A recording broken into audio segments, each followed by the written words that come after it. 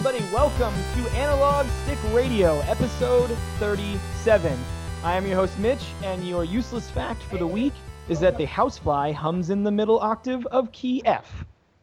Ooh, I did not know. Today I am joined by these ridiculous assailants of mine. Over to my left, I have Mr. Christopher, fresh from graduate school. How are we doing today, Chris? I don't have my grad school shirt on, though. I got my Aperture Laboratories. No one knows. No one knows now. They don't know. Down below me, I have the always ostentatious Dakota. Hi. I don't know what that means. I don't know what it means either, but it sounds really cool, right? It has like a bunch of syllables in it and like it's got a vowels. lot of them. Yeah, it's got a lot of vowels in it, I think. Ostentatious means pretentiously over the top. I was going to say, maybe the writer can tell us what it means. Accurate. That was pretty much accurate. And this strange voice you're hearing down in the corner, I don't know where he is in terms of the video. I'm really bad at this now. One Matt Colville, lead writer from Turtle Rock Studios. Thank you for joining us, Matt. How are we doing today? Thank you for having me. How are we doing today? Any notable things going on in your life in this immediate situation? Me? Yeah. I mean, apart from this is the most notable thing I'm doing right now. Excellent. That should be how it is for everybody else, but sometimes it doesn't work out this way with these other two. All right, guys, so let's talk about what's new in gaming. I'll take the lead here. I've decided that, and this is a terrible time to decide because there are 6 days left, but I'm going to try my hardest to, and I may have actually mentioned this last week, I don't remember, but I'm going to try to get to Legend in Hearthstone. I'm really going to try. Wow. I am currently ranked 12. I was ranked 8 like 2 days ago, and I tried making a new deck. It did not work out. I should not have tried. The best I've ever gotten. 8. Yeah, I should not have. I should not have tested it. This new deck in ranked. That was a terrible idea. Yeah, but I decided it was like I had an idea for a rogue deck. I tried testing it out, dropped all the way to 12. So I just said, you know what? I'm just gonna play Shaman until tried and true. That's what we're gonna do. Tried and true. So that's what's going on with me. Other than that, I played a little bit of Half-Life 2, but we'll save that for the meta bet. So other than that, that's what I've got going on. Chris, what about you? This week, I actually got into Ark. Oh, that's right. Aaron Yeah. me. Yeah. How did you like it? I like it. I feel like I would have liked it at a different point in my life more. Right now, I don't have time to get into like all the different crafting and like the time sink needed. My buddy Aaron got it for me, and he's on all the time. Making making our fortification. Every time I log in, it's like we have a new spike wall and like a new set of barriers. Nice. And I'm like, what are you doing? Like, how is I still have to log on and just scavenge for berries or I'm going to starve to death. It takes dedication. It really does. It's like real life. Are you Exactly.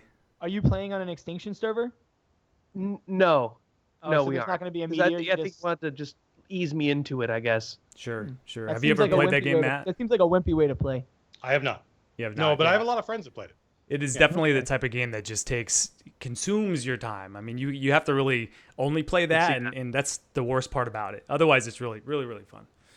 For me, this week has been dominated by Overwatch, of course, and by week, I mean just the past 24 hours, but it still seems to be Mine played Overwatch. most notable thing that I've done, absolutely. The game is everything that we knew it was going to be and everything that some of us have been playing for the last 6 months. But Oh God, ostentatious. it's really, was that a good example? That was a good example, right? It's really good to play with friends, play with my core gaming group, because I'm the type of gamer that's socially driven, and I wasn't able to play with my friends because they didn't get into beta, so now it feels like a whole new game. Oh my God! Plus now you've been in the beta and they weren't, so you can own them. I can own For a them. while, And you feel like a king. even when they surpass me because they're all way better at video games than I am, I will still always hold that over their head and say, yes, but I did it first. What about you, Matt? What's new with you in games? I think the last game I really was playing extensively was Rocket League. Yes, that's one of the show's favorites. Oh, I love that game. It's just joy. Yeah, There's just no. That's exactly how you do. It's so Yeah. simple. No strings attached. Just you It's- go in, hit some balls around. As much as joy as that game has given me, I have also, when playing it with my friends and my coworkers, I have said things to them over chat that I think were banned by the Geneva Convention. I have gotten so angry at people in that game. It's unlike any. I didn't get that angry playing StarCraft. I didn't get the. Sure. Oh wow! There's just right now this stupid YouTube thing I'm doing is kind of consuming my all my spare time. I wanted to play Stellaris. I wanted to play Doom. A lot of friends of mine bought and downloaded Doom and said it was just fun. And I was like, oh, you know what? I want to go play a simple game where I just run around and shoot people. I want to be playing Overwatch. A friend of mine, I mentioned this earlier before the stream started. Mm-hmm. A friend of mine at Blizzard is like, hey, I have a copy of Overwatch for you if you want it. And I haven't seen that guy because I've been recording YouTube videos. So that's what I give up for my people. I'm not playing Overwatch. That's dedication. That is dedication. Absolutely. See, I don't give up that for my people. I'll still record the podcast, but I'm also going to play the shit out of Overwatch. Yeah, we might some of our complimentary video content might be a little late because we're playing Overwatch. Like what do you want to do? Like there was a beta last weekend, a game's out this week. It's like, what do you expect from me? I'm only human, and I love Rocket League, and now I love Overwatch. So I think there were some people at Total Rock that took Overwatch PTO. Nice. Nice. Mitch took Overwatch PTO today. And played Overwatch. I woke up and I was like, I could go to work or I could go to work. You know what I'm saying? So I went to work. That's what I did. Speaking of going to work, let's actually move on to the main topic. All right, so today we have our special guest on, Matt Colville, creator of the D&D YouTube series Running the Game. He's going to teach you all about how to be a DM, why you should be a DM, pitfalls to look out for, all sorts of stuff like that. He's also lead writer at Turtle Rock Studios. So we decided that since we're going to have you on, we would talk about storytelling in a non-linear game. It happens a lot more than we think about. Sometimes it's kind of on the back burner of some games, like League of Legends. Sure. I guarantee you a lot of people don't even realize that game has a storyline. They just play it for the MOBA, it's too bad because aspects. I really think that I think the guys at Riot have missed a colossal opportunity. And based on my understanding of what goes on at that company, I don't work there obviously. Mm-hmm. I think it's largely just because of like politics and infighting. Because they could do a lot more really cool, fun storytelling in the game. Like let me give you just the simplest example, right? Sure. When you die in that game, what happens? You sit there with a gray screen and nothing happens. But you hear a voice say, an ally has been killed, or an ally has been slain. Oh, right. Which is, first of all, passive voice, right? Which is bad writing. But second of all, the computer knows who killed who.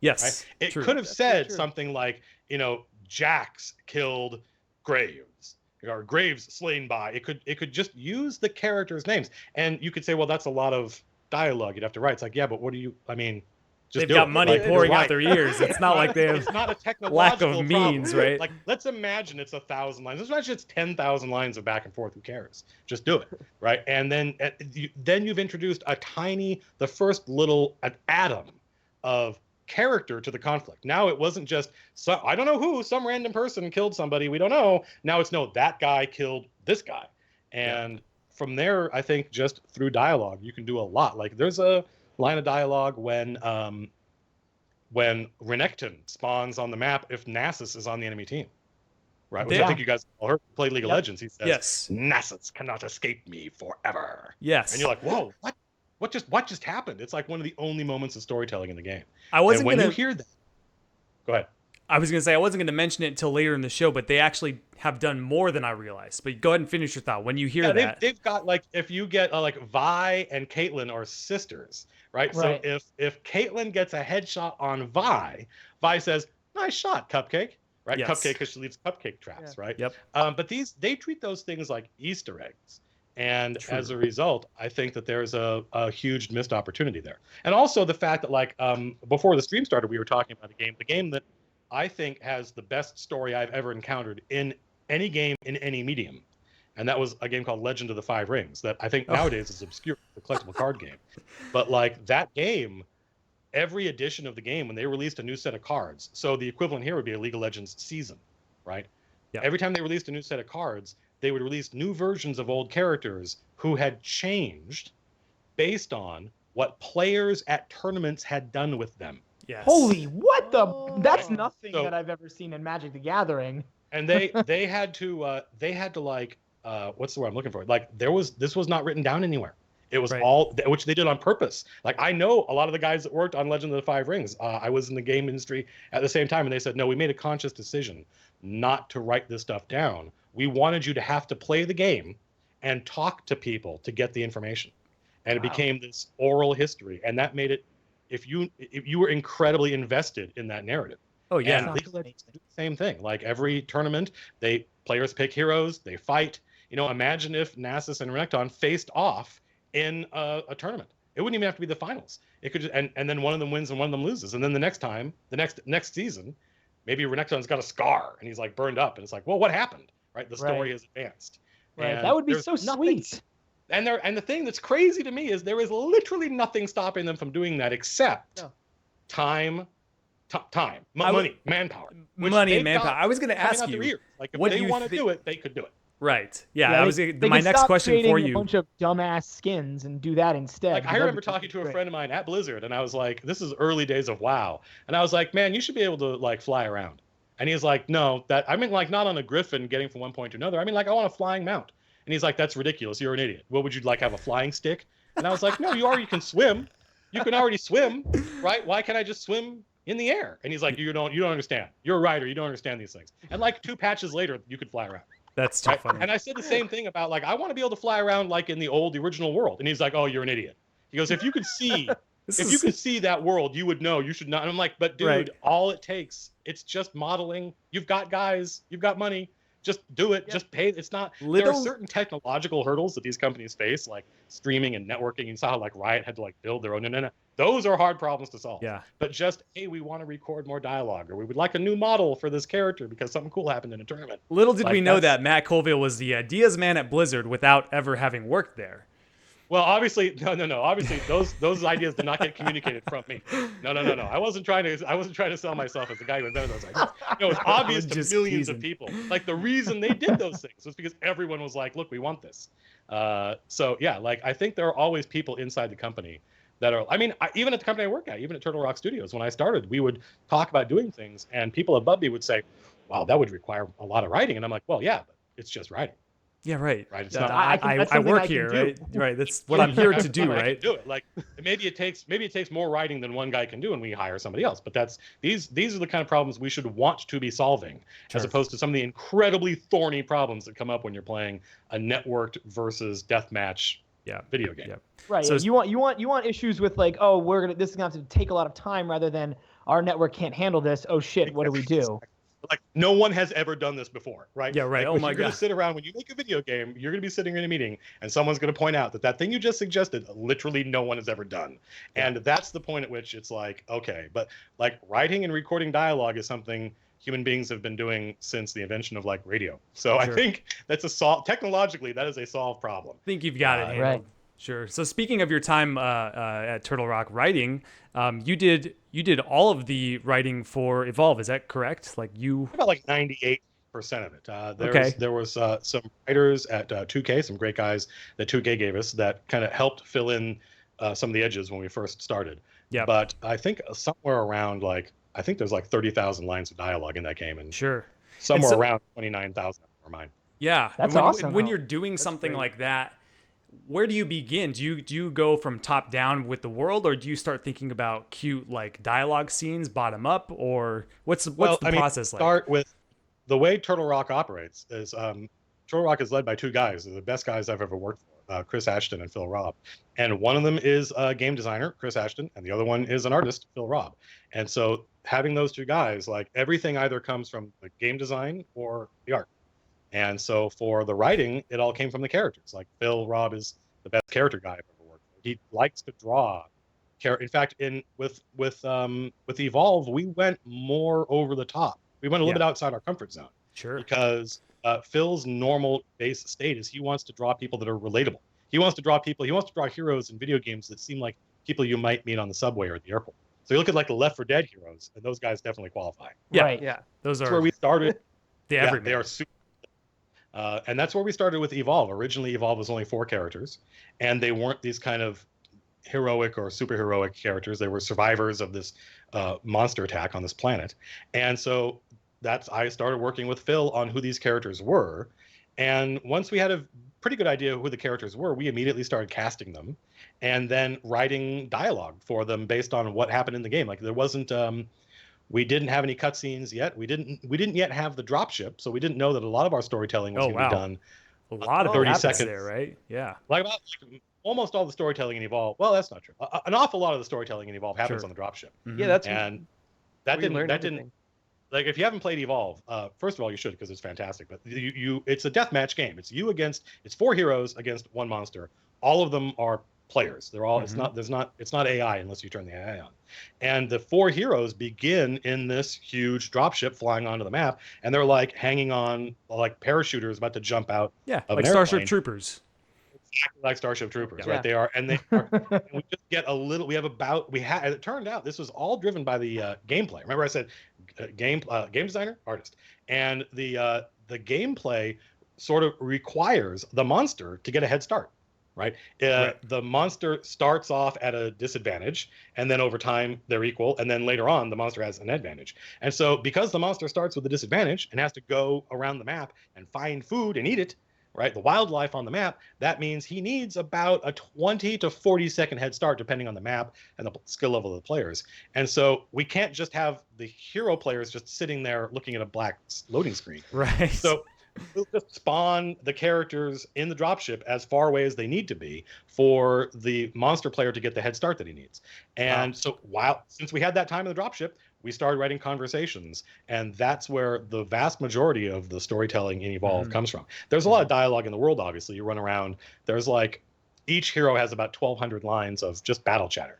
And a lot of that battle chatter is characterful and is each character responding to the other. But yeah, it started off like the first lines of dialogue we recorded were, there was a scent masking tool. You could originally in Evolve, the 4 characters could all use any gear, right? There was no such thing as like really, holy crap, that's different. It's crazy. So one of the things you could take this thing called scent masking that made it that the monster couldn't smell you. And so like I remember the first milestone where we had dialogue, right? So we're sending our these milestone videos to the publisher showing where we were. And the first milestone with dialogue, you see so now automatically you could tell the difference between the heroes because Abe, the kind of fast-talking, slick gunslinger dude, is scent masking himself, and he's like, "I gotta cover up my scent because I smell delicious," right? And as soon as that went in, people laughed and they liked Abe, and it seemed as though the characters were working, and so it was very much starting from the characters, and then the gameplay, what's happening in the game, and then how to contextualize that in a characterful way. Right, so that when Abe talks, even if it were just written down, you would know that's Abe, that's not Kyra, that's not Parnell. Right. Yeah. Right. Yeah, So, they have enough... so you talk a lot about these little almost like little dialogue segments, little scenes, little tiny movies that play. They happen on the dropship, and they happen also in the middle of the world while you're fighting. The world that was actually really poor bang for buck, as it turned out, because just of the combinatorics, like the fact that. And again, we only had 1 writer, right? If we had 4 or 5 writers, we could have done it differently. But the way I imagined the game playing, this is always the problem with a AAA game, is that there's often a delta between the way you imagined it playing, when you had to start working on it, right? And then the way the players use it and stuff. Like, sure. There are a lot of conversations in the world where you have to have these 4 heroes exactly, and it has to be on this map, and then they have to look at that thing. Oh, wow. There are literally hundreds of those conversations, and I would guess that the overwhelming majority of players have never heard most of them. I remember one is Markov talking to a different player when you're on like the shit with the planet with like a big, I don't know, it's like a big weather satellite weather thing. Yeah. And you learn a lot about the world building in that game because Markov's like, oh wow, it's a Sterling SE-24, it's a synoptic effect, and somebody's like, what is this thing? And he's like, it's a weather control tower. Like, we would have paid a lot of money to have one of these on the colony I was on, right? And you learn about what that thing is. You learn a little about Markov, right? And you get a little bit of character, and that was a lot of fun to do. And that's kind of the way.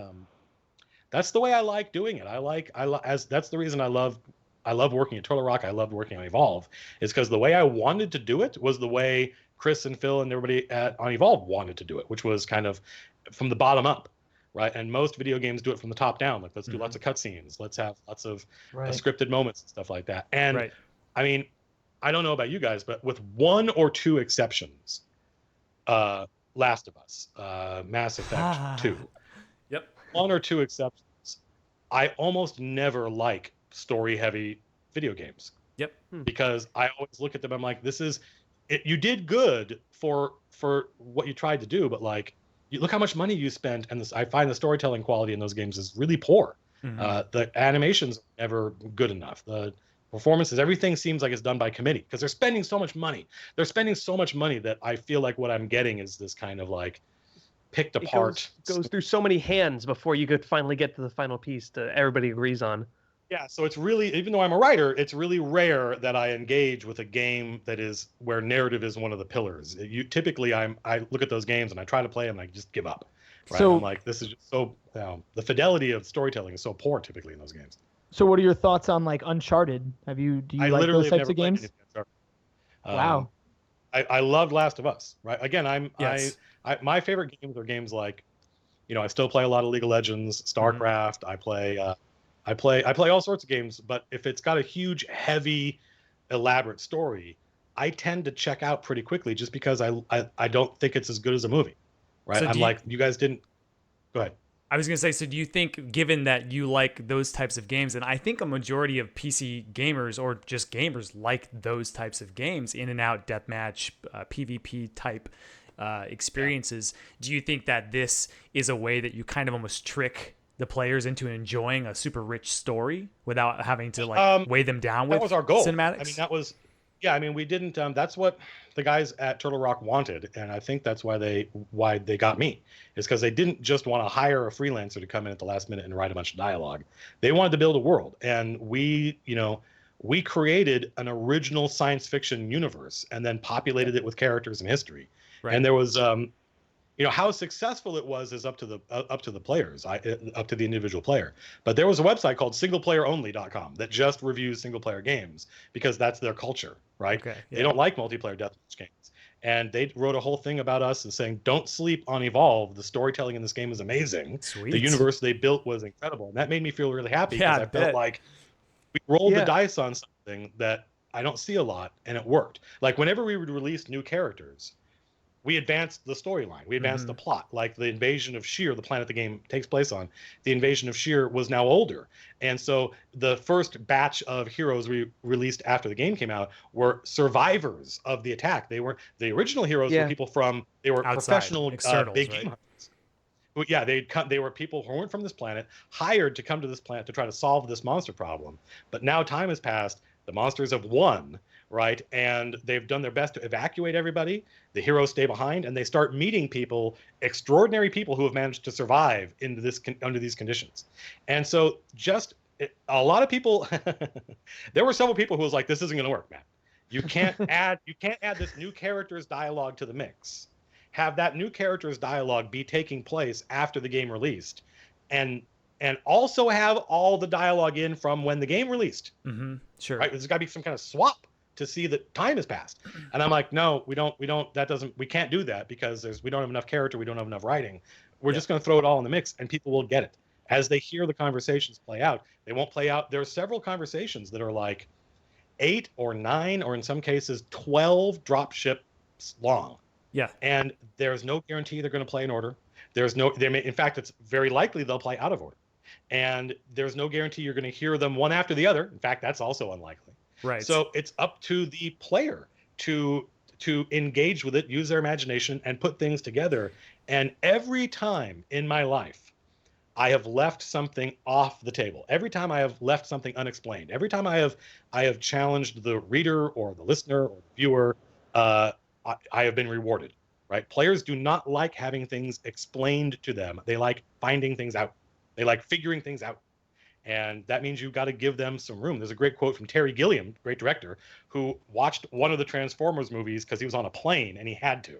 And he's like, these movies do not require an audience.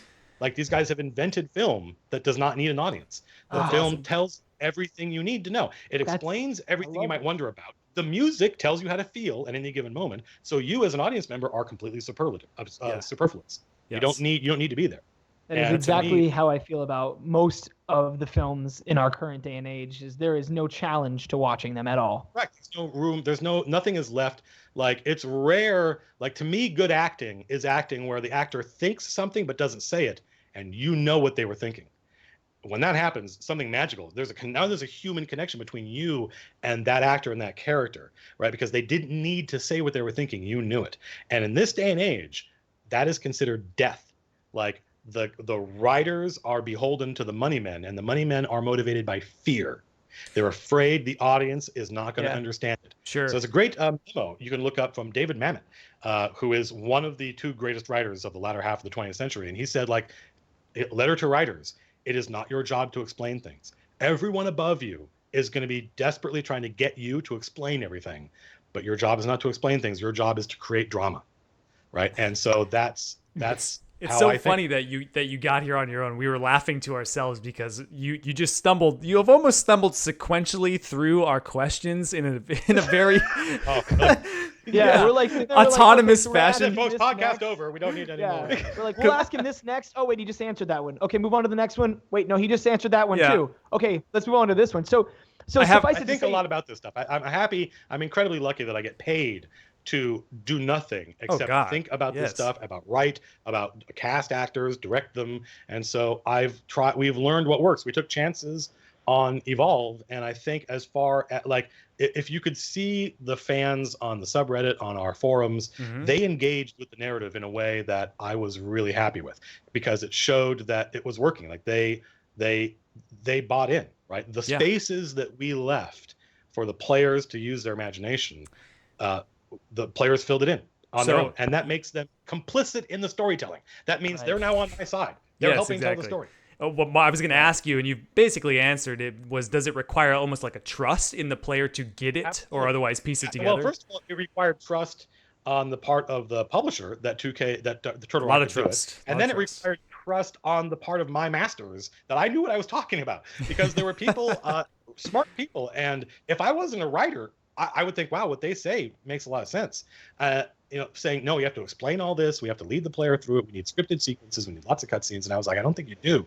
I think that leaving the player to imagine and follow along and fill in the gaps and go, wait a minute. This conversation I just heard happens after that one where she said this, and you're like, oh my God. And then you go online and you see the fans put together all these videos. You can listen to almost all the dialogue in the game, all put together sequentially. And in fact, I love the internet. Jeez. It's amazing. In fact, there are users, fans of the game, who put together these videos of just dropship sequences. And because they didn't know what order they went in, they did their best to kind of reverse engineer it. And they didn't get it 100% correct. But the way they took these two, like conversation number 1 and number 2, and swapped them, I'm like, that's really interesting. Now when I listen to it, I'm like, wow, that gives this thing a whole new meaning. Like, right. That's crazy. That tiny little swap changes the meaning of the entire suddenly, like, and it something that I thought was a payoff and an ending, when you flip them around, suddenly this conversation becomes a lot more poignant. There was lots of cool stuff that the players took these things we created and used them as tools to interpret the story their own way, and that made me really happy. So, and that's like kind of your job as a writer too, is to just give them something to interpret. Yeah, like I said, I want to create drama. I want tension and resolution. I'm not particularly interested in what almost everybody else calls lore. I find lore to be like it's like the writing equivalent of masturbation. A lot of people like it, and they want more of it. Like, League of Legends has a lot of lore. It doesn't seem to have a lot of writing, from my point of view. Interesting. And that's I think lore is something that, like, you can read it offline, right? You could read the history of this stuff, but if you can't, William Faulkner said the only thing worth writing about is the human heart in conflict with itself. And that sounds incredibly pretentious, but I think it's right. Like, you wrote this huge backstory, and that's fantastic. And I like ideas. I like seeing cool ideas put in front of me. Right? Like, you go watch Ridley Scott's Alien. There was a ton of amazing ideas in that film, but it's all contextualized in the context of human drama. Right? These human beings living and fighting, even before they know that they're under attack. These guys are living their lives, and they're sniping and fighting and jockeying for position and arguing about what they should do, and you learn so much about that world through the dialogue and the character. Just when those guys wake up and they haven't even said anything yet, you know a lot about that world. Mm-hmm. And that to me is writing. Like he could have done it all with exposition. But what would be the point of that? Exactly. Yeah, absolutely. So I want to switch gears here a little bit because I had a question as we were thinking about things I just kind of wanted to ask you. When I first started playing Evolve, in my head, before I really started getting all of the dialogue kind of in chronological order, it was these bounty hunters, or not bounty hunters, but these specialist killers, I guess. Fighting. They're like planet tamers. Their job is to come in, and this is something we invented, but I stole it from a great book that they turned into a great movie by a guy named Robert B. Parker. The book's called Appaloosa. And if you haven't seen the movie with Viggo Mortensen and Ed Harris, it's brilliant. It's a Western. And these guys are town tamers. They're basically guns for hire in these tiny little towns in the West that they did not warrant a sheriff, but they needed one, right? Because in the absence of the law, there was they couldn't do business. The town is collapsing. So they would just hire gunslingers, the town council, and say, you are going to be our sheriff. There's no legality, but you're going to be our gunfighters that chase off the bad gunfighters, and they call them town tamers. And so I stole that idea and said, if you are a colonist on one of these alien worlds that's got all sorts of huge fire-breathing rhinoceri on it, you don't know what to do about those guys, so you hire these specialists that come in and deplete the local population and move on. And so since we had a game with giant monsters on this alien planet, that seemed like a reasonable backstory for our heroes. Right. Well, so my question is at the beginning, I thought that these monsters almost were kind of like named monsters. Like you have the Goliath and the Kraken and whatnot. And then when you had evacuation mode come out, it almost that kind of blew my mind. I was like, oh, wow, there's 4 Goliaths here now and they're nesting. And really opened up the story for these actual monsters that in my head, they were all just these named one-of-a-kind monsters. So my question is obviously this was developed without the story in mind, or maybe it was developed with the story in mind, but the question is how much of this work of people I guess adding on to the game, how much does that impact your storytelling? Did that change the way the story worked for you, the way that you had written out for these monsters? Well, there's a character, if I understand your question, there's a character that we released. Was it the last character we did? Kala? Yeah, I think it was. The last character we released, Kala, her story has a lot to do with the monsters. And a lot of that came out of how I saw people were playing the game and interpreting who the monsters were and what they were about. So not only did we release the game, right? We deliberately, and this was another thing, there were several people who were reasonably trepidatious about this because they were like, where are the monsters from? And I would say, I don't know. And they say, okay, okay, they're like, okay, but the characters in the world don't know. But you know, right? And I'm like, no, I don't know, and I don't want to know, right? I don't want to know until, right? Because every answer we came up with, when we were trying to come up with an answer, felt like we were trying really hard to come up with an answer, right? Right. And I'm like, I'll know it's the right answer when it just strikes us, and we're like, wait, that's it, right? And until then, we don't need to answer this question. Where the monsters come from is not what the game's about. And I liked the idea that the characters in the game would talk about it. They would argue. They would have different opinions. Some of the characters would have a different opinion depending on when you asked them. Right? Like the scientist character, Kyra, she's a scientist. She's a good scientist. She's able to entertain lots of different hypotheses. So she'll be like, I think maybe this or maybe this. And depending on which conversation you hear, you think she has it figured out. But if you listen to what she says she doesn't know, but maybe. And then the players would interpret that, you about it. And once the game had been out for a little while and we saw the way the players were using the story and what they liked and what they didn't like, we were able to come up with an answer to the question, where are the monsters from, that we thought satisfied everybody and that was cool. But trying to do that in a vacuum, we had answers, but they were all felt really contrived and like we had seen them over and over again. And so you left it open-ended. Yeah, I was happy. You left it open-ended. And that seems really effective too. Wasn't it It was effective for some people, but again, anytime you do something that provokes a strong positive reaction, there are people out there who are equally turned off. It's gonna be divisive, and right? That's kind of one of the things that happens with the money people. Is the money people are so afraid of the negative reaction that they're willing to smooth everything out so you don't get the positive reaction either. Mm-hmm. There was somebody on Reddit on a recent post that said that it was a post about the writing. So of course I get linked to it. Some friend of mine, oh, look at this, and I was like, oh, nice. And I'm reading somebody talking about the writing, and happily, from my point of view, a very downvoted response was, "This game has the worst writing ever." And I was like, "Oh, okay. Well, let's hear what this guy has to say." And he's like, "Where are the monsters from? We don't know. That's so lazy." And I was like, "All right, well, look, like that guy wanted to know where the monsters came from, and I didn't tell him." And so from that dude's point of view, this is bad writing. So if you came to it expecting clear answers, right? And that's something we learned. And I'm not sure, having learned that lesson, I'm not sure we would do it that way again. I think that the number of people we saw who wanted, it's okay if there's a mystery, but over the course of the game, we need to solve that mystery and give you an answer. You got to have some payoff. I at least I feel like I admire and respect the suspense and the tension that you're creating. I know you're big on creating tension, and it seems like effective storytelling, but you can't have a well, I mean, I would say that I would be frustrated with a scenario where you never find out or you never have some things answered. It's the whole lost conundrum. So, I mean, I think this is where we are now as a culture in video games, is that we didn't know how the game was going to be received or how it was going to be used. And so we were okay leaving that answer open at release, but we always intended to answer it. Yeah. Right. So even though eventually there were going to be characters that had similar names. Sure. But yeah, Kala answered the question. So if you stuck with the game up until the last Heroes were released, not only did she answer the question, like, dude, there was a guy on our forums who's like a chemical engineer, and he posted what it would be if you were writing about, Athens and Sparta, it would have been a master's thesis. And it was this huge post where he broke down the physics and biology of the universe we had created. But yeah, Kala answered the question.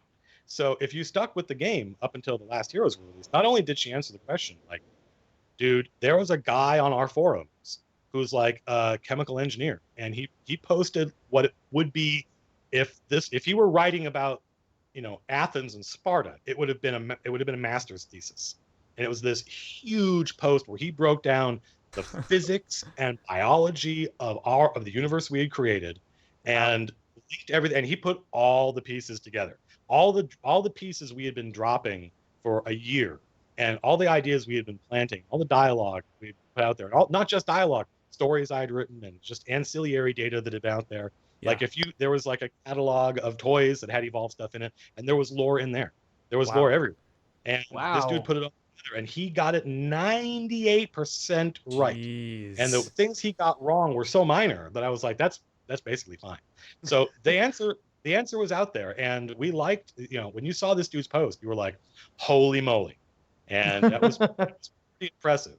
So yeah, I mean, we always intended to give people an answer. And if you stuck around till when Kala came out, I think you basically, you find out where the monsters are from and what they want. You literally hear the monsters talk. Wow. That's awesome. They talk through.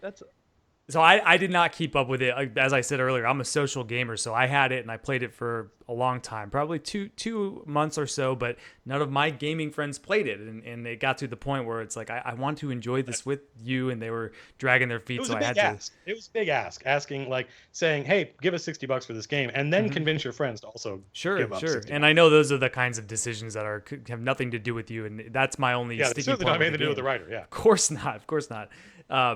And so is this the character that was like hybrid that had some like she we did a lot of really cool stuff. We had before the game came out, we registered a Twitter account based for one of the corporations in the world.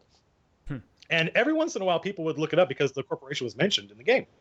Celestial Materials Extraction and Transport. So I think the Twitter feed is like CMET or something like that. So every once in a while we would see, we registered a website that we kept secret, and we populated with content we wanted to make. In fact, one of the guys I work with, my friend Jason Hill, he was one of the people that helped to work on the website, and he thinks a lot the way I do, where like you could make the best website possible for this corporation, right? I mean, you could make a really slick, like we've got some really good web developers, we've got some great artists, but you know who doesn't have great web developers? And corporations, great artists? They wouldn't do that. They don't have Exxon's website. I got it. Exxon's website is a mess, but like their stock ticker is right in the middle. Like that's what's important to them, right? And so my friend Jason went out of his way to research what these guys' websites actually look like. What kind of cheesy art do they put up there? It's a lot of yeah. So and we built this website for this company. Yeah. There's a lot of what's the one I'm looking for? Stock photos. They use a lot of stock photos because they don't want to Oh, anything, yes. Right. So we built this website and populated it with content, and it's all from the point of view of this corporation in the 25th century. And then right before we released Kala, I wrote an interview. Kala is somebody who is I'm trying to think of her. She's like a Stephen Hawking.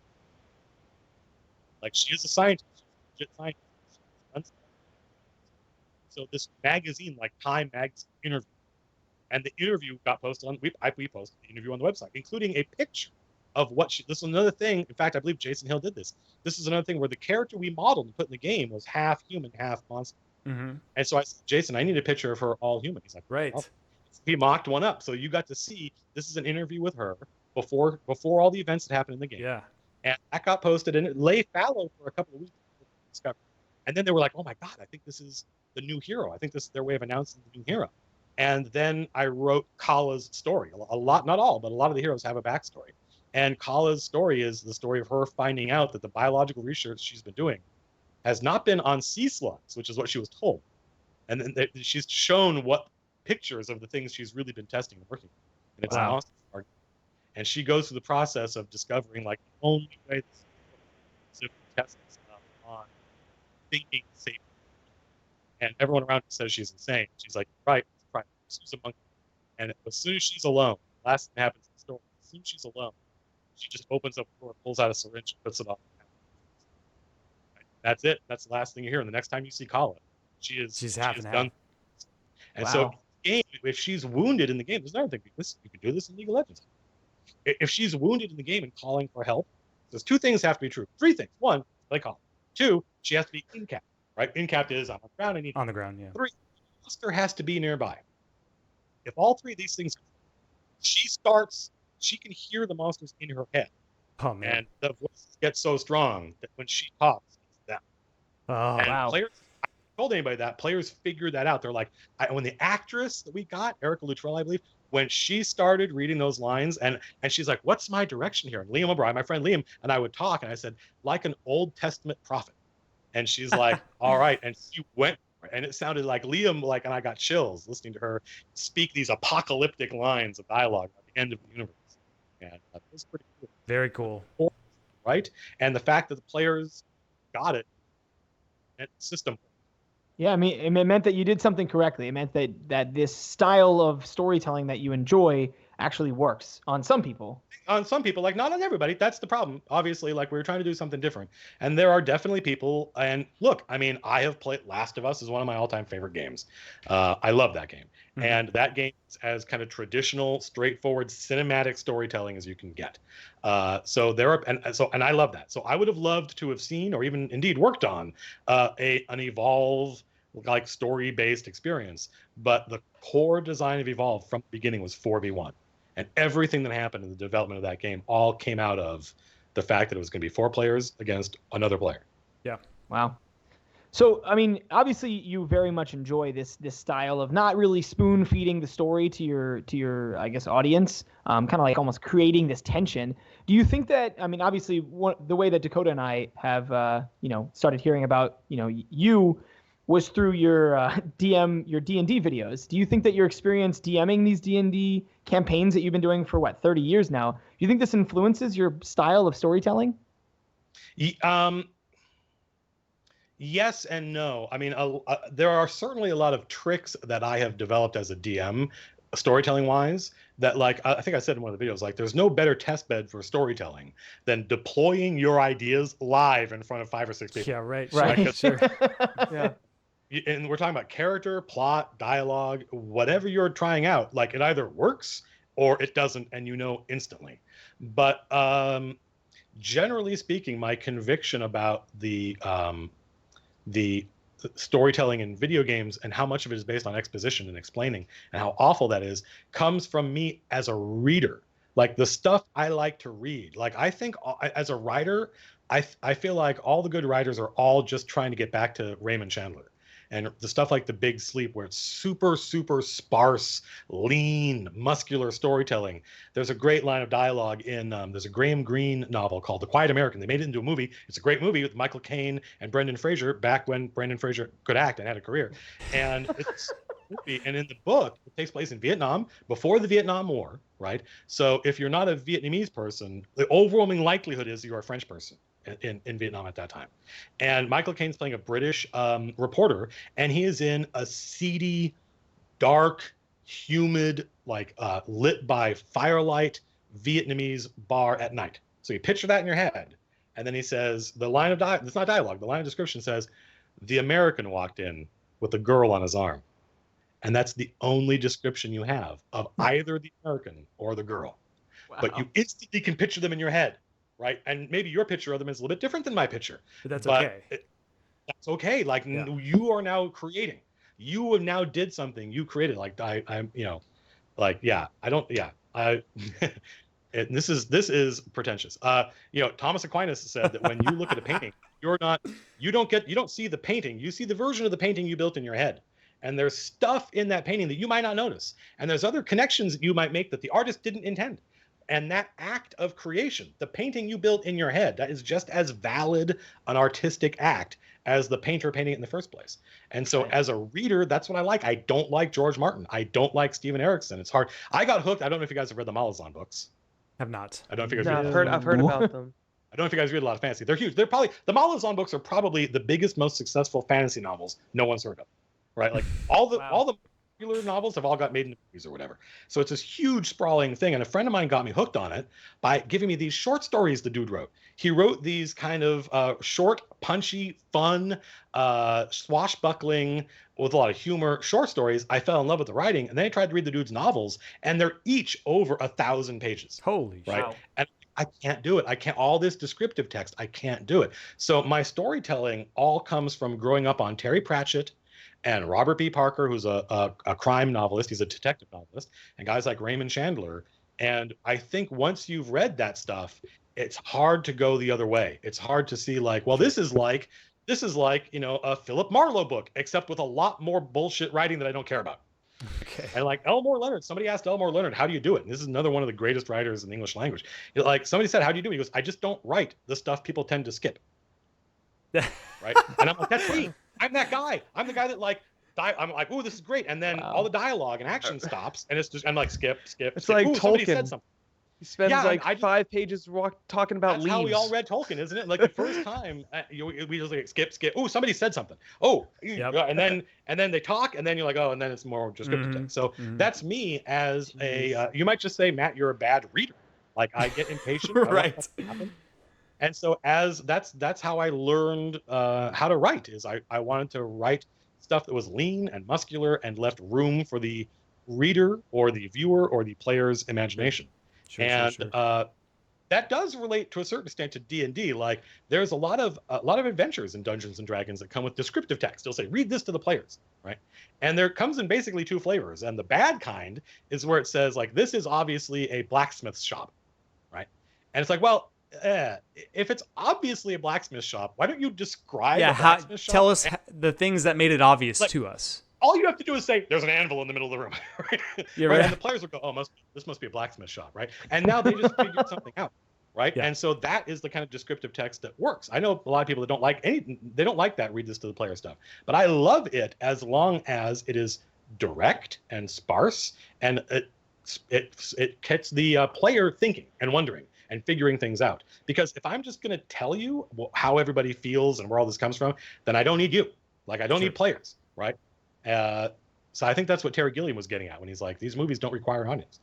Yeah, I mean, I don't like being spoon-fed things either. It's more fun to figure something out. I do it all the time when I'm playing Magic the Gathering, because on a lot of the cards they'll have like flavor text. I remember the first time I ever figured something out like it was huge was one of the characters in the story, Elspeth, like ended up dying, killing this character, and she dies on this card called Deicide, and in the flavor text it actually, like, it has like one line of text, and then all of a sudden I started thinking about it, I'm like, oh shit, she's dead. Like she just died doing this. Holy crap. And I remember like reading the card as I was playing it, and I went, Oh my God. And it was so like, it was a great experience to just like this stupid little thing that means almost nothing to me as a player of Magic was just this wonderful, created this wonderful moment. And I think if they had just said like, this is the moment where Elspeth died, I would have been like, this is the dumbest thing I've ever seen.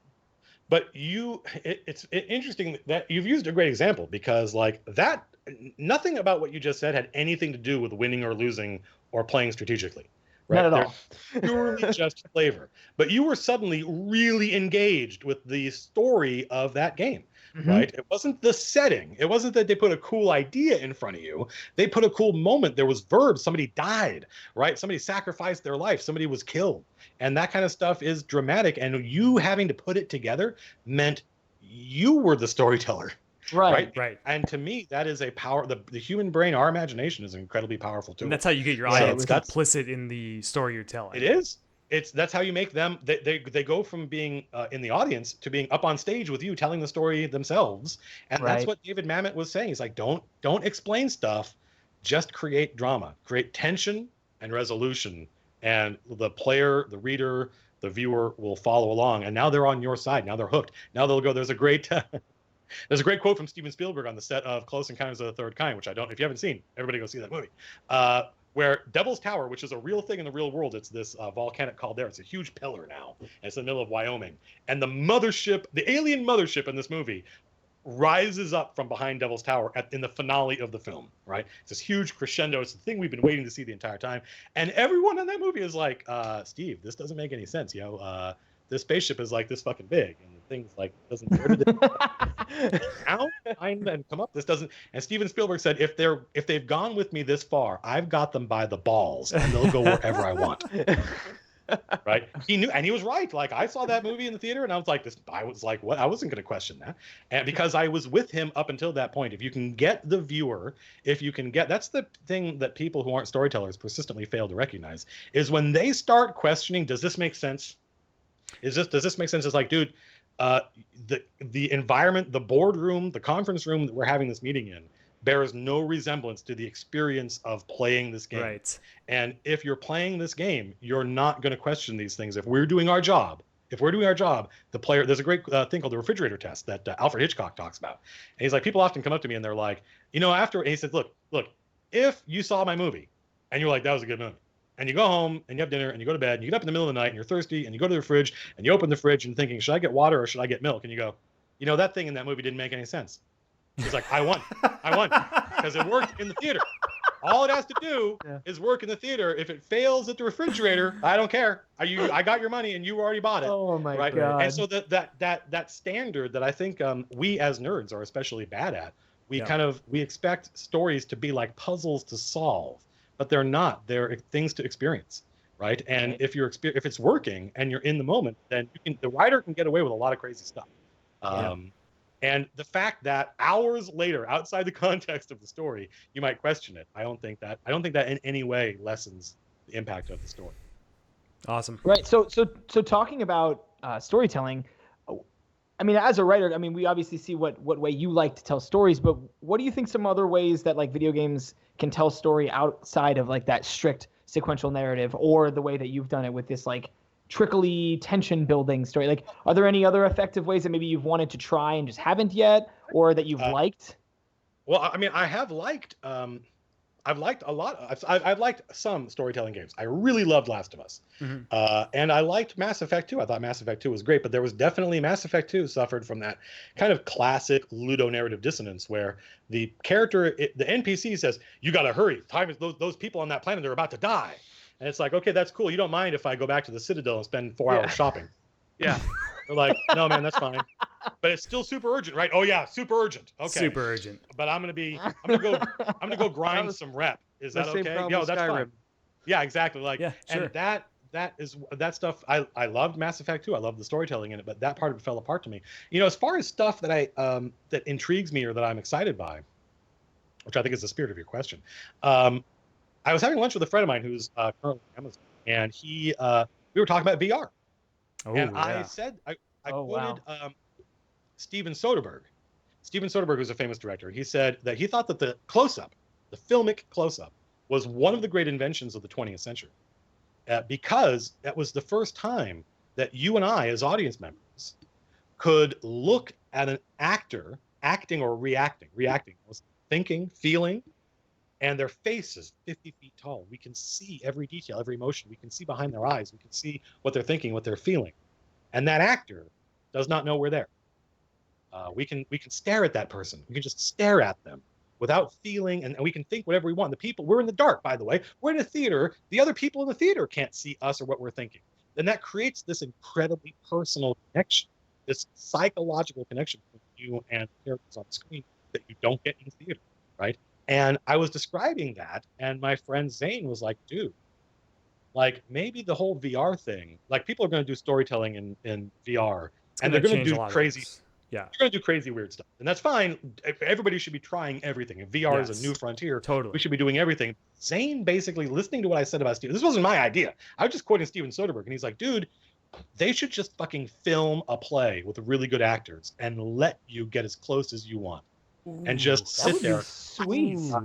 Watch these guys acting. Watch, like, imagine if you could, like, go watch the scene in Heat where Al Pacino, the first time Al Pacino and Robert De Niro were on screen together at the same time, and imagine being able to just imagine you're the director. You're able to look and get as close as you want and stare and watch this actor do his job, and that actor has no idea you're there. There's no one else around. You are free, and it's not this kind of like, oh, everyone wants to do like branching narratives and interactive narratives. But my friend Zane was like, I think that I personally would be way more interested in not trying to control the narrative, but just watching these actors do their thing. And they can't see me, and I can get as close as I want. And I can watch whatever actor I want. And suddenly that actor in the background, who doesn't even have any dialogue, suddenly that person becomes really interesting because I can watch them react.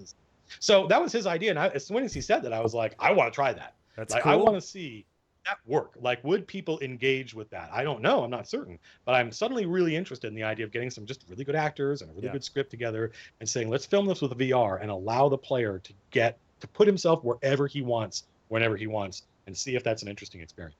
That sounds almost exciting, like be able to like maybe have like an entire film, like the world in that film be available to the virtual reality user. Like maybe Al Pacino and Robert De Niro are arguing in this room, but you just walk out of the room and go see what's going on somewhere else. That's the future. That seems like it'll be amazing. I saw an amazing idea. There was a couple guys who did a podcast in VR. I don't know, and they interviewed the guys who did Firewatch, and for the podcast, they made a interactive version of the Firewatch, office set where the guy mostly sits and does all his in the radio tower. And so while they're going around talking about the different things they could pick up, you in the VR can walk around the room and see other things while they're talking about it. That to me was phenomenal. Like, you have a whole different outlook on what's happening there. Just the ability to explore that. The narrative is, I think you could just try. The narrative is what the narrative is, and it's fixed, and it doesn't change. And you're just allowed to move through it in whatever way you want and watch whatever interaction is interesting to you in that moment. And then the director and the writer, obviously, and the actors are going to be trying to find tricks to get your attention, right? Yeah. In a film, I have 100% control over what you watch. I can cut to whatever object or person or moment I think is important.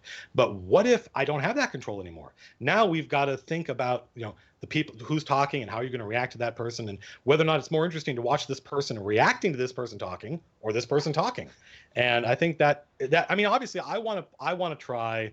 I want to see everything. I want to see VR try everything. Yeah. But personally, something that happened in a conversation with a friend of mine was, what if you just shot a play?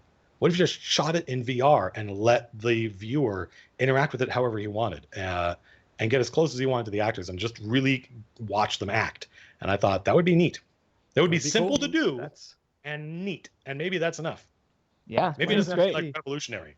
Anyway. Seems great. Yeah, seems great. I'm excited to see what the future of VR brings for not just storytelling, but just gaming in general. However, I am hesitant to purchase any of these extremely expensive devices that I need to experience it. Jason Rubin, who's a really smart dude, by the way, and was in charge of THQ for a little while, right before THQ went under. So we got to work with him on Evolve. He is now the head of Oculus, right? He got hired by Facebook. Cool. And he said, look, if it's too expensive, just wait. It'll come down in price. Exactly. Which is a strange thing for a CEO to say. Right? A CEO coming out and saying, don't buy. Imagine Steve Jobs saying, by the way, if you don't want to buy an iPhone, just wait. Just wait. right? It'll be the one that we have now will be a lot cheaper. But Jason Rubin's no dope. He knows that like the technology, like the He early knows it's got adopter- legs, right? Well, he knows that they're committed for one thing. He knows it's not going away. No one thinks VR is going to evaporate, right? Yeah.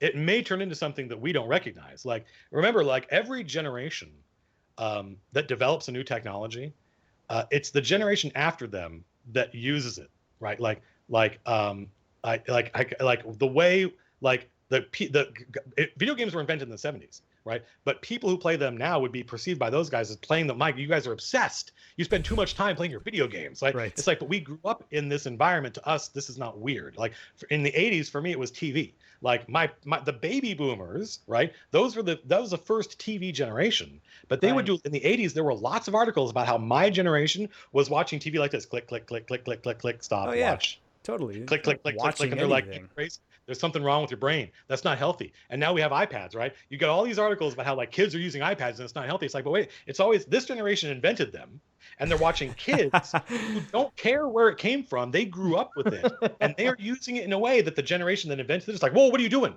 That's crazy how much time you spend on it. It's not right."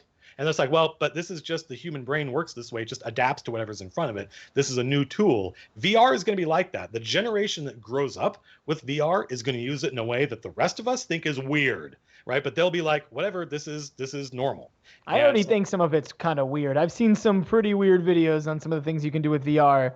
I'm already on that boat. It's interesting to see people using VR. I know that when you guys said you had a sociology degree, watching or psychology and sociology, what a lot of the VR stuff is used to create ethical dilemmas. Like, have you seen the one where the door opens and there's a cat? The door opens and there's a beam going off. It's like the door is going. You're on the 8th story of a building, and there's just a 2x4 stretching off into oblivion, and there's a cat on it.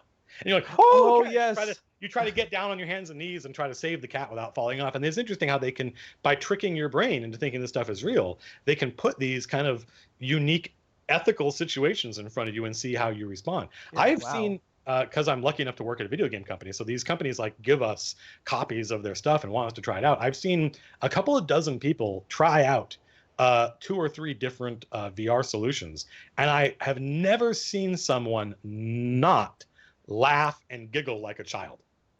Right? That's what we keep hearing.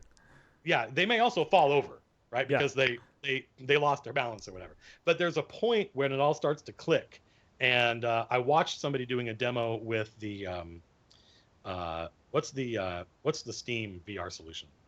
The Vive. The Vive. The Vive. V. Watching the HTC Vive, Vive. Yeah, I was watching somebody using the Vive, and the way their controller works, you're just able to, I think only with these 3 fingers, or I something. think it has like pincers or something. pick stuff up and throw it around, and you have fine control over it. And so it becomes this really intuitive thing. Like somebody picked up a shotgun, used it, found out it was useless, and literally just went like that. And you saw that person just throw. It was a perfectly natural gesture the person did, and the game interpreted it correctly, and they threw the shotgun away. And I was like, wow, that was pretty amazing. And the player is often like laughing, and just, it's not just laughing, it's also this childlike giggling that I see all the time when this happens. That's like impossible to reproduce under, except for the most specific circumstances. Right? Yeah. If you can take a bunch of hardened, aged video game developers and make them giggle like children, you're onto something. Right. So that's where these guys are coming from. These guys that are investing billions of dollars in this technology are brave, and the reason they're brave is because they have no idea where it's going to go. But they see they have no idea. They're like, what's going to happen with this? We don't know. But they see that reaction and they know it's going somewhere. That reaction has value. That reaction has meaning, and it's going to turn into something. We just don't know what. So that's what's exciting to me, is watching people use it in their own way. Like game developers, we have to kind of think ahead and think, what do people want? What do we think is fun? But it's when you take every cultural revolution was predicated on an earlier technological revolution, right? Like you don't get Sgt. Pepper's Lonely Hearts Club Band until you have the 16-track recording studio, multi-track mixing, right? You don't get new wave unless you have synthesizers, right? This happens over and over again. So we now have a new technological revolution, and it's up to the next generation of artists to do stuff with it that we as game designers may never have thought of.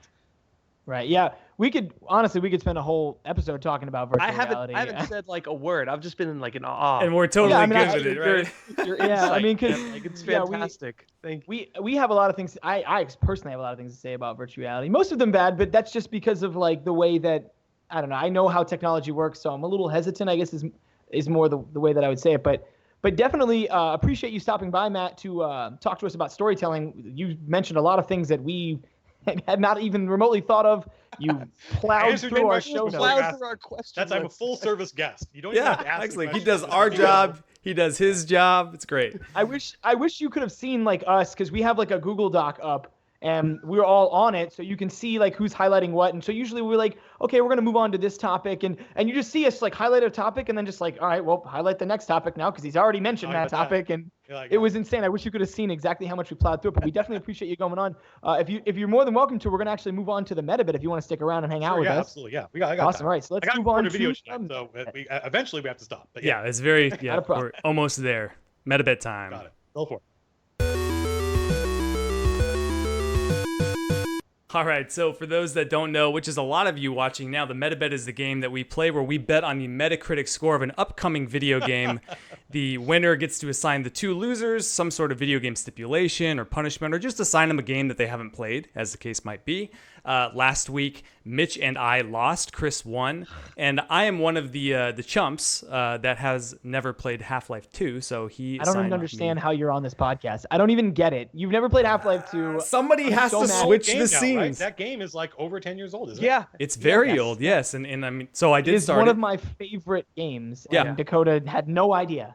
Yeah. It does not visually. That game is not starting to look old. It does Yeah, not it's hold up starting to visually. age a little bit. I think was it cool. didn't age for a long time, and that is Yeah. hats off to those guys. Absolutely. It looked fresh, but the stuff that's happening now that is kind of crazy. Visually. Yeah, Anyway. definitely. And that was my experience as a new player. I did not beat it. I played like an hour and a half, and I will continue to play it until I finish it.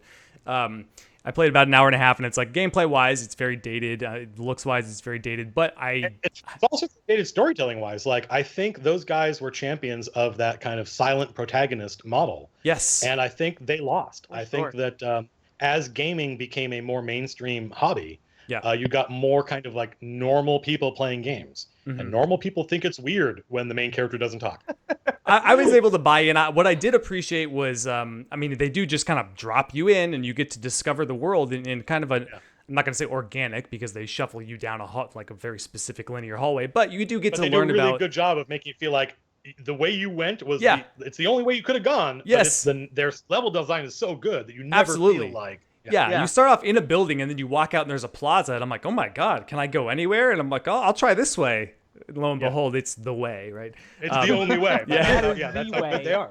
Those guys Absolutely. are great. Dakota, I got a question for you real quick, because you played an hour and a half, and I just got to know, did you throw the can away, or did you throw it at the guy? Dude, I was throwing everything at everybody's head. I picked So you up threw it at the guy? a bucket of milk, and I threw it at his head. I what got I beat do. down a couple times by the guards for Yep. throwing stuff. Yes, absolutely.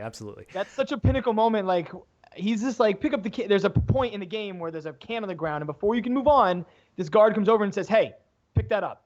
And you have one of two options. You can pick it up and throw it in the trash can that's right next to him, or you can just throw it at his face. And if you throw it at his face, he's going to beat you up, and then he'll move out of the way. Right. And I fucking threw it right in his face. Oh, yeah. I threw it right in his face. Absolutely. So that was my I bet they have experience with the metrics on that MetaBet. too. I wonder if they've ever released their Oh my metrics God, on that would be how many people have fascinating. done which. Well, there Absolutely. there's an achievement, so I'm sure we could see. Like, that is an achievement to not throw the can away. Oh yeah. So- Yeah. So you could just see the percentage because you get percentage tracks on achievements. So Mitch, speaking of achievements, your assignment was to try to pursue a Half-Life 2 achievement that almost nobody has. Yes, there is I an can't imagine achievement you. called Lambda Locator, and I'm. It may sound like I'm making it up, but I swear to God, I'm pretty sure either I did this achievement all the way and it just didn't save, or I did like 95% of it and like didn't get the last two. And I think what happens when you're getting this achievement, so for those of you who don't know, Lambda Locator, basically there's these little lambda signals with a circle around them, little orange one, the Half-Life symbol. Half-Life. Yeah. And wherever those are, there's a little hidden cache of like health or ammo or whatever. And some of them are like very obvious. Some of them are a little trickier. And there's 45 of them in the game. And you just, the achievement is find all 45. And I think what happens is if you don't get all 45 in one save game, then it's going to like delete your progress. Because I know I at least started this and it said I had 0. So either way, I didn't realize that when we picked this achievement that I actually have to play the entire flipping game again. Hello. Which Yeah. I just Overwatch was released and I'm only human, so I did not do all of it, but I did get up to like 20 Okay. So On his hopefully by way. next week I'll On his have way. Yeah. all of them, and then I that like will to say be in progress. I like it. that will Yeah. be the last achievement for Half-Life 2 that I have not gotten, other than the snipers in City 16, which I'm going to get while I do this playthrough. I might as well just knock the whole thing You're out. not gonna So. get it all Half-Life finished 2 out of the way. connoisseur. All right, so last week, of course, we had to bet on Overwatch, and usually we bet on the PlayStation 4 version of a game if it's multi-platform just for consistency, but this felt a little weird to do that. I mean, PC is the home of Blizzard. This game almost feels like a gift in a way to the consoles. It's from the the master PC race world. too. So We don't want to start any fights, but we bet on Overwatch for the PC. To recap the scores from peakest to weakest, up top, myself and Chris had a score of 92. We both bet 92. And Mitch, 1 point below us with 91. I think it's been our tightest spread so far. Yeah. On the day of release, based on only 5 critics' scores, we were a little worried that this game wouldn't have enough scores because review sites tend to do a thing where they say review in progress and don't actually label something. That's kind of always online. Well, yeah, in that because way. in this day and age, like so much of a game happens live. Exactly. that Exactly. People feel weird like reviewing it and then saying like, well, but the servers aren't live. I don't know what it's Right. like playing with other people. Right. And that's so much of the experience these days that they have to kind of do stuff like that. So Well, luckily, especially Blizzard. with Overwatch, it's a strictly multiplayer game. all it is, There right, is of course. nothing other than that. So luckily, So Blizzard. I mean, a big part of the enjoyment of an online game these days is the community. Absolutely. And that's kind of this alchemical thing that the company even doesn't really have a lot of control over. They have some Yeah. control over it. And so maybe for that reason exactly, Blizzard opened the servers yesterday afternoon, even though the technical official release date is today. That way, just barely enough critics snuck in to get an aggregate Metacritic score. So based on 5 critics, I would have guessed. I guess yes, go ahead and absolutely, guess before please. release. Yeah. it's funny because I'm guessing knowing what you guys guessed, but I actually, and this may show how completely clueless I am about Metacritic Okay. ratings, but I would have guessed that that an Overwatch game would get like a 95. Okay. So Okay. we'll have Matt up top with 95 today on the day of release. Overwatch has a Metacritic score of 98. So Matt, you would have won. Holy you crushed us. It's 98. So it had 5 Wow. reviews. It had when I looked earlier, it had three reviews, which isn't enough. You have to have 4 before you That's have an not- official score, and it's still not Even- very much, right? I mean, it's That's not a lot of reviews. It could No. still break either way, as far as I'm concerned. But yeah, Absolutely. Like the thing with Blizzard is that I think we've all seen this in reviews, right? And I am somebody who's even as a consumer, I'm not sure there is actually a demand for game reviews. I think that mostly we watch videos and talk to our friends. they're a and we very buy what we funny like. thing. Yeah. That right, but like I think that a game either breaks one way or the other, and it largely depends. I think most games there's something there, especially AAA games. They put a lot of thought and work into it. There's usually something there. The question is, does the audience meet them halfway?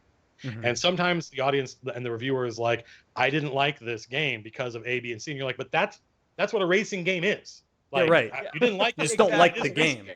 Yeah. right? You just don't, right? And Blizzard, one of the things that brand, look, right? This is the reason this is the reason Angry Birds crushed the Nice Guys at the movie theater, even though the Nice Guys was fucking brilliant. It's because God, Angry Birds I heard is it a was brand. Blizzard is a brand, and so that what they get out of that is not that they get to they're going to hit a home run, right? Everybody knows they're going to hit a home run. The question is, will the audience meet them halfway? And Sure. for a Blizzard game, the answer is yes, they will. They will. Yeah. The Definitely. audience is more than willing to take them at they're like, oh, is this what you're trying to do? Then I will judge you based on that. Whereas a lot of new properties, a lot of new games, other publishers, audiences aren't willing to go that distance. They're like, they get kind of like, well, you got to do more than that. It's like, well, all right. Yeah. Cool. Anyway. So wait, so it's a 98. So that means that you both won and I lost super hard. I That's like right. having our guest be the deciding factor. He could weigh in. So I like all of us losing. Yeah, I like it. I like it. And you know, it's funny. We were planning on all losing anyway, because if the review doesn't have enough scores, then we say, okay, we all lost. So I think we were all banking on this happening just due to the nature of these reviews. So I'm sure we'd all enjoy playing some Overwatch as our punishment, right?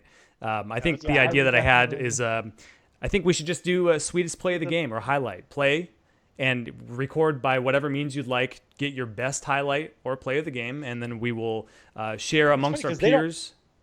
They don't Nope. have a built-in highlight recorder the way the PS4 does, do they? I thought they did. I heard there was one. Kinda. Yes, what Kinda. happens They- is within one play session, as you play, you'll generate plays. Whether or not you make actual play of the game or not, when you come back out to the menu screen, there's a new button, highlights, and it will show you like the coolest things that you've done during that session.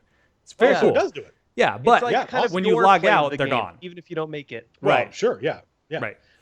That's fantastic. Good for them. Like, it's fun. Yeah. That makes me even more. I obviously I want to play that game, but that makes me even more stoked about it. Absolutely. When So I we eventually can use get that. time out for my day job and D&D and YouTube videos. Right. See, I would much rather scrap that for a rank system, but I'm just saying, Well, I would think, rather not have there- the highlight section and have a ranked section, but whatever. So it doesn't have ranked play. It doesn't have. Not It currently. does. I don't know if it does. If they have it yet. But Yeah, it did have ranked play apparently, which was very similar In to the beta. Hearthstone ranked play. But they said that it was too easy for people to just grind out games and just get to high rankings, and they didn't like that. So now they're going to be going towards a more CS:GO, Counter-Strike Global Offensive style ranking Okay. system. And I don't That's know something when those guys can get away with. They can say this component auction house, this component of our game isn't working the way we want. Yeah, We're we'll just gonna rip pull it right out. rebuild Right? it, and put it back in when it Exactly. works. Right. And there's not really any danger that they're going to lose their audience. Not at all. Absolutely not. I really don't care. I'm saying it, but I genuinely don't care. I bought it immediately still. Well, also you can say something like, "Oh, it'd be nice to have some rank play in this thing," and be pretty certain that you'll get it eventually. Yeah, that's Yeah, it's a definitely. trust thing. I know that they will bring it. I know they will deliver. I've never been disappointed by Blizzard. So, well, except Dakota. for Pandaria. So, anyways, go ahead. lead us on. What are we betting on this week, buddy?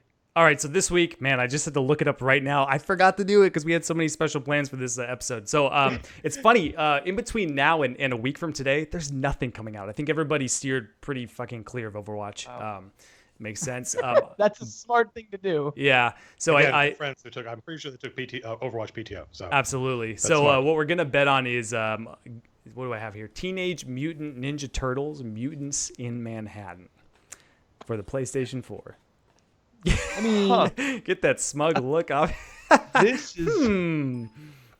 I believe that game it's- will get a rating. I believe it will too. Yes. Okay. yeah, I'm looking There's at going some. to be a I'm looking number. at some videos here, and it looks like a game.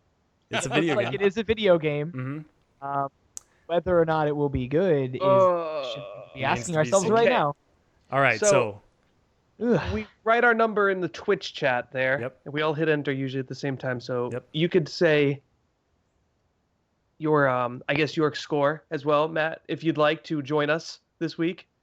Here, let me get on Twitch. Oh, he's just gonna jump on Twitch. He's just doing wants it. to Okay, all right, yeah, you could part jump it, on alright. too. he's doing a. I mean, don't get me wrong. Like, I O'Reilly. love Turtles in Time. So if it's akin to Turtles in Time, I don't know if I would play Turtles in Time as a 27-year-old. Now Yeah, that I'm Mitch, saying you these should words. bet really high. I recommend you do that. That's I probably can. what I'm gonna do is bet really high on this game. You guys should bet also, like not as high, but a little bit, so that way the scatter plot looks good. Sure, absolutely. Okay.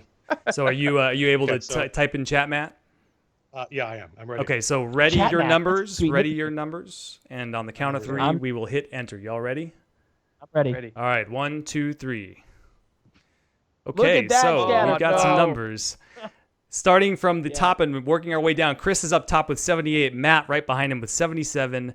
I have a 72, and Mitch right below me with a 71. So that's not a decent spread. I was going to try to say it was a decent spread, but it's not. We're all kind of right there in the 72. So that's it for the meta bet. I guess we will find out next jeez. time. Yep. Man, Yeah, and as always, Analog Stick Radio is brought to you by Bit Cultures. If you've never been to Bit Cultures, it's a site that features video game reviews, opinion pieces, and digital media just like this show. So if that's something that you're interested in, make sure you go check them out, www.bitcultures.com. If you want to reach us here at Analog Stick Radio, you can email us, analogstick@gmail.com, or we are very active on Twitter. Tweet us at ASR Podcast. We record every single Tuesday night right here on twitch.tv/analogstick radio, 8 p.m. Pacific, 11 p.m. Eastern, although for the next couple of weeks it might be 11:30, so just keep, make sure you set your alarms. We're published to iTunes, Google Play, and all of your other favorite podcast trackers the following Thursday at around noon. Matt, do you have anything you wanted to say or mention or plug while you're here? No, I think most people know about my YouTube channel /Matt Colville. If you want to run D&D, you should come by and check it out. And Definitely if you don't, do that. you should. Yeah, you should definitely check it out. D&D is the most fun you can have with your brain, I think.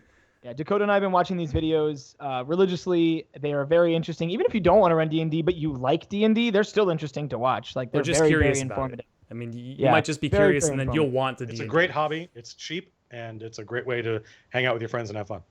Hell yeah. Hell yeah. Well, Matt, once again, thank you for coming on. We've definitely enjoyed having you here. Guys, thanks for having me on. It was a blast. I had a lot of fun.